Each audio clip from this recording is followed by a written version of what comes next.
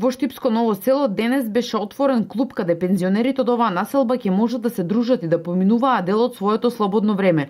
Долгогодишното барање на пензионерите за клуб во оваа населба стана реалност. Општината им остави простор на кој постави урбана опрема, а Сдруженијето на пензионери ги уреди внатрешните простори. СНС и јас им посакувам на пензионерите да уживаат во ова каче и да продолжиме со ова темпо. Во сите населби каде имаме пензионери, а каде има потреба отварање на такви клубови, тоа да го направиме заеднички. И општината и Сдруженијето на пензионерите. За само една година ова е четврти клуб кој е отворен од страна на Сдруженијето за потребите на пензионерите од овој град. Ке има карти, шах, табла, домино, ке седат, ке се дружат, ке играт, ке си поминуваат времето и ке биде многу убаво.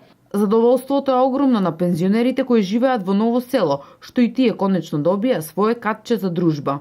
Ние, новоселци, сме пензионерите многу задоволни и срекни што ни се отвори клуб, има дека да се дружиме, да се сретнуваме, да се видуваме онака.